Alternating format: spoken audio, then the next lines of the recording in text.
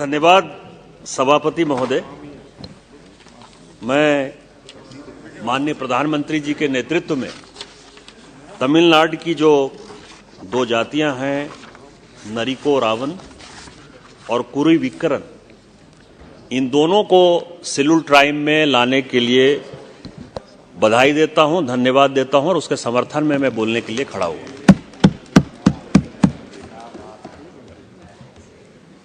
इस पार्लियामेंट में जब भी शेड्यूल कास्ट में कोई अमेंडमेंट की बात आती है, इंक्लूजन या एक्सक्लूजन की या शेड्यूल ट्राइब में, तो मैं हमेशा देखता हूं कि सांसदों की जो इच्छा है वो उनको लगता है कि छोटा बिल है, क्या बिल है, इस पर क्या चर्चा होना है, और संख्या चाहे इस तरफ हो या इस तरफ हो, मैं हमेशा देखता हूं कि उसमें उतना इंटरेस्ट नहीं रहता। लेकिन हम सभी जब चुनाव लड़ने जाते हैं सर, तो जाति इस भारतीय समाज की एक रियलिटी है, वास्तविकता है, और जाति के आधार पर ही मैक्सिमम वोटिंग पैटर्न है, वोट होता है। मोदी जी की बात अलग है कि उनके नाम पर जो है सारी जातियां टूट जाती हैं, लेकिन इसके पहले, इसके बाद या इसके बाद जो कुछ भी होना है, तो इसीलिए इस बिल के बारे में मेरा हमेशा से मानना है कि देखन में छोटन लगे, घाव करे गंभीर। जिन जातियों को आजादी के 75 साल बाद उनका हक मिल जाता है, आप उनके घर में समझिए कि कैसी होली दिवाली मनती। और 75 साल से जो जातियां आज तक एक्सक्लूडेड हैं, उनके यहां कैसी समस्या होती होगी यदि उनके बारे में देखेंगे। और जब भी ये चर्चा हुई, मैं 2009 से जब से यहां सांसद बना हूं, कोई ऐसी शेड्यूल ट्राइब या शेड्यूल कास्ट की चर्चा नहीं हुई जिसमें कि मैंने भाग नहीं लिया। और मेरे भाग लेने के पीछे रीजन है सर, 75 साल के शासन व्यवस्था में कांग्रेस को वर्षों तक शासन चलाने का मौका दिया जनता ने। 1950 के पहले मैं एक कागज लेकर आया हूं 1935-36 में कि शेड्यूल कास्ट और शेड्यूल ट्राइब का नोटिफिकेशन कैसे हुआ। ब्रिटिश काउंसिल ने शेड्यूल ट्राइब और शेड्यूल कास्ट का नोटिफिकेशन कैसे किया, और लगभग जब कॉन्स्टिट्यूएंट असेंबली बैठी तो 1947 के बाद से लेकर 1950 तक जो 35 और 36 का जो नोटिफिकेशन था शेड्यूल कास्ट और शेड्यूल ट्राइब का, सब कुछ उसने उसी तरह से डाल दिया। और 1950 में जब ये 26 जनवरी 1950 को भारतीय संविधान लागू हुआ, तो वही नोटिफिकेशन एग्जैक्ट चले आए। इसके बाद कांग्रेस की सरकार बनी और यह तय हुआ कि जो नोटिफिकेशन ब्रिटिश गवर्नमेंट ने किया है उसमें काफी लूप होल्स हैं। और 1956 में इन लोगों को कमेटी बनाने की बड़ी आदत है, कमेटी बनाई सर, कालेलकर कमेटी 1956 में। और कालेलकर कमेटी ने कुछ अपने रिकमेंडेशन दिए कि ऐसी ऐसी जातियां हैं शेड्यूल कास्ट की, शेड्यूल ट्राइब की, इनको जोड़ना चाहिए। उस कमेटी से ये लोग संतुष्ट नहीं हुए तो 1965 में जो उस वक्त के जो सेक्रेटरी लॉ थे, लोकूर साहब, मदन एल लोकूर, उनके नेतृत्व में एक कमेटी बनी कि तुम एक ऐसा लेजिस्लेशन लेके आओ जिस लेजिस्लेशन के आधार पर इंक्लूड भी हो जाए, एक्सक्लूड भी हो जाए, और एक कॉम्प्रिहेंसिव बिल के आधार पर हम जो लूपहोल्स रह गया है 1950 में नोटिफिकेशन में, वो हम कर पाए। उसकी रिपोर्ट आ गई और 1967 में इसी पार्लियामेंट में वो बिल इंट्रोड्यूस हुआ। उस वक्त क्योंकि ये जो ट्राइबल मंत्रालय है सर, वो माननीय अटल बिहारी वाजपेयी जी हमारे जो प्रधानमंत्री थे, उनके प्रति हम लोगों को शुक्रगुजार होना चाहिए, कृतज्ञ होना चाहिए कि ये सारा जो सोशल जस्टिस का पार्ट था, ये चाहे शेड्यूल कास्ट हो, चाहे शेड्यूल ट्राइब हो, चाहे ओबीसी हो, वो जो शेड्यूल कास्ट का पार्ट था शेड्यूल सोशल जस्टिस मंत्रालय का, वो ट्राइबल मंत्रालय उन्होंने अलग कर दिया। इसीलिए ट्राइबल का बिल अलग आता है, लेकिन उस वक्त एक सोशल जस्टिस मंत्रालय ही था। वो बिल इंट्रोड्यूस हुआ और वो बिल जब इंट्रोड्यूस हुआ 1967 में 2 साल लग गए सर। तो पार्लियामेंट है, हम लोग बहुत यहां सोचते हैं कि हम यहां जो बोलते हैं उसका बहुत मतलब होता है। जेपीसी बन गई, जब जेपीसी, क्योंकि सभी चीजों में, चाहे हम अपोजिशन में हो चाहे आज कांग्रेस अपोजिशन में हो, सबको लगता है कोई भी मुद्दा हो जाए जेपीसी बनाओ, जेपीसी बनाओ, जैसे लगता है कि जेपीसी का बहुत बड़ा काम हो जाता है। उस वक्त भी हंगामा हुआ कि जेपीसी बनाओ, और 1967 में उस बिल इंट्रोडक्शन के बाद एक जेपीसी बनी, और जेपीसी को कांग्रेस के तत्कालीन मेंबर थे ए.के. चंदा साहब, उन्होंने लीड किया। और उसमें भारतीय जनता पार्टी इतनी सीरियस थी उस बिल के लिए कि उस वक्त के हम लोगों के कार्यकारी अध्यक्ष भी रहे, भारतीय जनता पार्टी के बहुत वरिष्ठ नेता रहे सुंदर सिंह भंडारी साहब, वो भी इस कमेटी के मेंबर हुए। मतलब मैं आपको बता सकता हूं कि जनसंघ, उस जमाने में भारतीय जनसंघ थी, कि जनसंघ और भारतीय जनता पार्टी शुरू से शेड्यूल कास्ट और शेड्यूल ट्राइब के लिए कितनी चिंतित रहती है। और हमारे यहां कांग्रेस के एक बहुत बड़े नेता हुए जिन्होंने कि काफी चीजों का विरोध किया, और हम लोग उनको बहुत सम्मान देते हैं, आदर देते हैं, कार्तिक उरांव साहब। कार्तिक उरांव साहब भी उस जेपीसी के मेंबर हुए। और 1969 में जेपीसी की रिपोर्ट आई है सर, और जेपीसी के बारे में हमारा यह मानना है कि जेपीसी के जो रिकमेंडेशन है वो परस्यूएसिव होते हैं। मतलब जो जेपीसी रिकमेंड करती है, मोर और लेस सरकार को उसको मानना चाहिए या सरकार उसको मानती है। और मैं आज यही रिपोर्ट लेकर आया हूं क्योंकि हमारे यहां जो दुविधा है, कई एक दुविधाएं हैं सर, और उन लोगों ने 1969 में क्या सोचा और आज भी हम लोग कितने परेशान हैं। हम शेड्यूल कास्ट और शेड्यूल ट्राइब को आगे बढ़ाने की बात करते हैं हमेशा, कोई भी सरकार हो, कोई भी पार्टी हो, कोई भी एमपी हो, हम शेड्यूल कास्ट के लिए काम करेंगे, हम शेड्यूल ट्राइब के लिए करेंगे, हम दलित के लिए करेंगे, पिछड़े के लिए करेंगे, महिला के लिए करेंगे, युवाओं के लिए करेंगे। लेकिन आज क्या सिचुएशन है सर, हमने शेड्यूल कास्ट और शेड्यूल ट्राइब को उनके एक एरिया में कन्फाइन कर दिया है, एक राज्य में कन्फाइन कर दिया है। आज यदि बिहार का आदमी महाराष्ट्र नौकरी करने के लिए जाता है और अपने फादर के साथ यदि वो उसको रिजर्वेशन के आधार पर वो नौकरी लेता है और वो महाराष्ट्र में बस जाता है, तो उसके बच्चों को रिजर्वेशन महाराष्ट्र में नहीं मिलेगा सर। क्या यही शेड्यूल कास्ट और शेड्यूल ट्राइब के लिए हम भला कर रहे हैं कि उनको एक राज्य में हम कन्फाइन कर दे रहे हैं? और उस वक्त ये समझते थे वो लोग, कमिटी के लोग, और मैं उसके केवल 2 रिकमेंडेशन पढ़ना चाहता हूं इस हाउस में, कि 53 साल के बाद भी इस जेपीसी की रिपोर्ट के बाद हम लागू नहीं कर पाए। और आज समस्या है सर, हमारे यहां के कई एक एमएलए ऐसे हैं जिनका कि वो शेड्यूल कास्ट के आधार पर जीत कर आते हैं और उनके खिलाफ माहौल बन जाता है। कितने शेड्यूल ट्राइब हैं, आसाम के चाय बागान के लोग जो संथाल है सर, हमारे यहां के लोग हैं, वो रो रहे हैं इतने वर्षों से कि उनको नहीं मिला। उसके लिए कमेटी बनाई है और माननीय प्रधानमंत्री जी उसके लिए चिंतित है। लेकिन मैं उसके 2 रिकमेंडेशन पढ़ना चाहता हूं कि हमने क्या नहीं किया, कांग्रेस ने यदि नहीं किया और अपने को क्या करना चाहिए।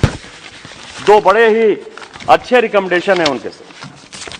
पहला रिकमेंडेशन उन्होंने दिया कि at present if a schedule caste person belonging to any particular state migrates to some other state, he will not be treated as a scheduled caste unless his caste is included in the list of scheduled castes of the state to which he has migrated. The committee feel that this entails hardship and is also not equitable in as much as the member of the scheduled caste continues to suffer from the various disabilities arising out of the traditional practice of untouchability. His economic and social status does not necessarily improve by migration and he still needs special assistance. The committee have therefore inserted a provision to the effect that a member of scheduled caste who migrates to another state will continue to be treated as a scheduled caste of the state to which he has migrated. आज क्या है sir? Because it is state specific. आज क्या है? इसका मतलब यह है कि हम शेड्यूल कास्ट शेड्यूल ट्राइब का डेवलपमेंट चाहते ही नहीं है। हम चाहते ही नहीं कि आईएएस बने, आईपीएस बने, उनके बच्चे जाएं, इंजीनियर बने, डॉक्टर बने। हम तो उनको एक सीमा में बांध के रखना चाहते हैं। यह किस तरह चाहते हैं सर? इस पार्लियामेंट को यह सोचने का सवाल है।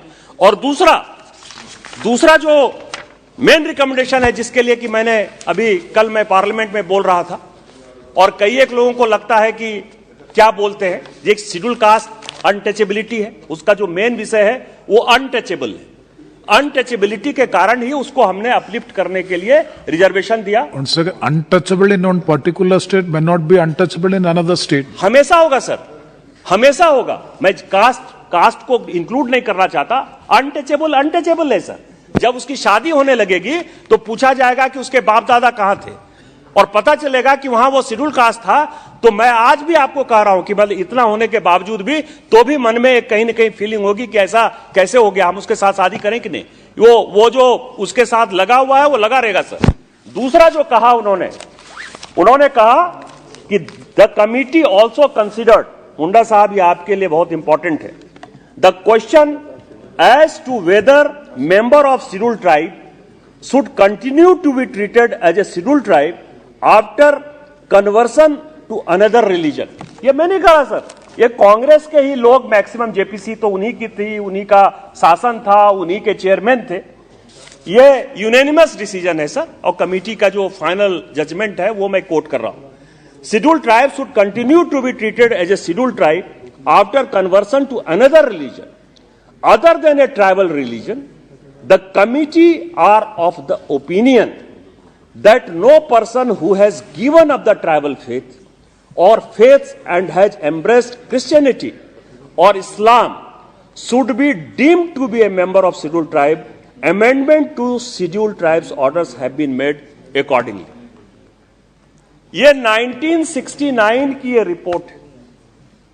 आज भी हम 341, 342 चिल्लाते रहते हैं। शेड्यूल कास्ट के लिए हमने ये कह रखा है कि यदि आप जैन, बुद्ध और सिख जो इंडियन धर्म है उसको छोड़कर यदि आप क्रिश्चियनिटी में या इस्लाम में कन्वर्ट होंगे तो आपको हम शेड्यूल कास्ट का दर्जा नहीं देंगे। शेड्यूल ट्राइब में हम क्यों नहीं कर सकते? क्योंकि शेड्यूल ट्राइब के एक नेचर के आधार पर हमने दिया हुआ है। जैसा है वो क्रिश्चियनिटी या इस्लाम कबूल कर लेते और मैं उसका सबसे बड़ा भुक्तभोगी हूं। साहबगंज मेरा बगल का जिला है सर, उसकी महिला जो है शेड्यूल ट्राइब के नाम पर वहां की जिला परिषद की चेयरमैन है, उसके बच्चे मुसलमान हैं, उसका हस्बैंड मुसलमान है, तो उसका सारा जो फेथ है वो फेथ बदल गया, उसके बच्चे नमाज पढ़ रहे हैं, तो वो शेड्यूल ट्राइब नहीं है उसके आधार पर। और जब ये कहा गया, और इसमें मैं आपको बताऊं कि जो दो नोट ऑफ डिसेंट आए उसमें एक सुंदर सिंह भंडारी जी का भी है। हमारी सरकार थी, मैं सुंदर सिंह भंडारी जी को मैं कोट करना चाहता हूं। उन्होंने लिखा, एक तो उन्होंने लिखा कि आसाम के चाय बागान के जो लोग हैं इतने दिनों से वो परेशान हैं और जो जेपीसी की रिपोर्ट है उसके आधार पर उनको शेड्यूल ट्राइब का दर्जा देना चाहिए। दूसरा उन्होंने लिखा कि जनजाति का जो व्यक्ति इस्लाम अथवा ईसाई मत को स्वीकार करेगा उसे अनुसूचित जनजाति का सदस्य न माना जाए। प्रवर समिति द्वारा यह निर्णय ले लिए जाने के उपरांत भी सूचियों में कुछ ऐसी जनजातियों वो उपजातियों के नाम रह गए हैं जिनके सभी सदस्य इस्लाम अथवा मतावलंबी हैं, उन नामों को सूची से हटा देना चाहिए, क्योंकि उस वक्त की सरकार ने उस वक्त ये नहीं माना। इसके बाद मैं आपको बताऊं कि मैं जिस चीज के लिए हूं, घटवाल और खेतौड़ी हमारे यहां की ये जातियां हैं जो 1935-36 का जो कोट किया मैंने ब्रिटिश शासन का, वो ब्रिटिश शासन में वो शेड्यूल ट्राइब थे। जब 1950 में इसका नोटिफिकेशन होने लगा तो घटवार और खेतौड़ी जो है वो बाहर रह गए, इससे एक्सक्लूड हो गए। इसके लिए मैंने आपको जैसे कहा कि कोई ऐसा सेशन नहीं रहा जबकि मैंने इस मुद्दे को नहीं उठाया। 2014 में एक कमिटी बनी, report of task force on scheduling of tribes and mandate related to. 2014 में हमारी सरकार आने के बाद वो रिपोर्ट ऋषिकेश पांडा कमेटी की रिपोर्ट है, जिसके लिए कि स्टेट के भी लोग, schedule caste schedule tribe commission के भी लोग, रजिस्ट्रार जनरल ऑफ इंडिया के भी लोग, ये सारे लोग उसके मेंबर हुए और उसने जो है अपना रिकमेंडेशन दिया सर। और इस रिकमेंडेशन में उन्होंने कहा कि कई एक ऐसी जातियां हैं इस देश में जिसका कि हिस्टोरिकल ओमिशन हो गया है, जिनका कोई कारण, न कालेलकर कमेटी ने उनको हटाया, न लोकूर कमेटी ने हटाया, न चंदा कमेटी ने उनको हटाया, न जेपीसी ने उनको हटाया, न किसी राज्य सरकार ने उनको हटाया, न केंद्र सरकार ने हटाया। लेकिन कई एक ऐसी जातियां हैं, उसमें हमारे यहां की घटवार और खेतौड़ी जाति जनजाति है सर, जो जनजाति थी, क्योंकि उसमें जो कास्टियर की किताब को इस किताब में जो कोट किया गया है, इस टास्क फोर्स की किताब में 1872 का ऑर्डर है सर कि 1790 तक, जहां संथाल परगना से मैं आता हूं, वहां एक भी संथाल नहीं था। लेकिन आज मेन आदिवासी जो है संथाल माना जाता है, जबकि कास्टियर साहब ने कहा कि असली जनजाति वहां घटवार, खेतौड़ी और पहाड़िया जनजाति के लोग थे। यदि आप एरिया स्पेसिफिक ही कर रहे हैं, शेड्यूल स्पेसिफिक ही कर रहे हैं, तो जिन लोगों का हक वहां था और जिन लोगों के हक को लोग मार रहे हैं, और मैं आपको बताऊं कि हमारे यहां कन्वर्सन का यह परिणाम है, ये इस्लामीकरण का यह प्रमाण है कि जो आदिवासी हमारे यहां 27% हुआ करता था झारखंड में, आज वो 26% हो गया। यही कारण है कि पूरे देश में डिलिमिटेशन हो गया, लेकिन हमारे यहां डिलिमिटेशन नहीं हो पाया, क्योंकि यदि डिलिमिटेशन हो जाता तो 1 लोकसभा की सीट और 3 विधानसभा की सीट शेड्यूल ट्राइब की कम हो जाती। इस कारण से सरकार ने यह माना, और यह फैक्ट है कि शेड्यूल ट्राइब का जो है सीट वो घटना नहीं चाहिए। तो जो संख्या घट रही है, जो असली जेन्युइन आदिवासी हैं, उनको इसमें इंक्लूड करना चाहिए। जो ऋषिकेश पांडा कमेटी की रिपोर्ट है, जो उन्होंने कहा है कि ये हिस्टोरिकल ओमिशन है, उसको इंक्लूड करके एक कॉम्प्रहेंसिव बिल आपको लेके आना चाहिए, जिससे कि हम जो न्याय देना चाहते हैं माननीय प्रधानमंत्री जी के नेतृत्व में, खासकर शेड्यूल ट्राइब और शेड्यूल कास्ट के लोगों को, क्योंकि द्रौपदी मुर्मू जी को राष्ट्रपति बना के हमने आदिवासियों को सम्मान दिया है। आप ही का 2 बार का रिकमेंडेशन है, एज मुख्यमंत्री आप ही ने उसको रिकमेंड करके भेजा है, उन जातियों को इंक्लूड करिए। इन्हीं शब्दों के साथ जय हिंद, जय भारत।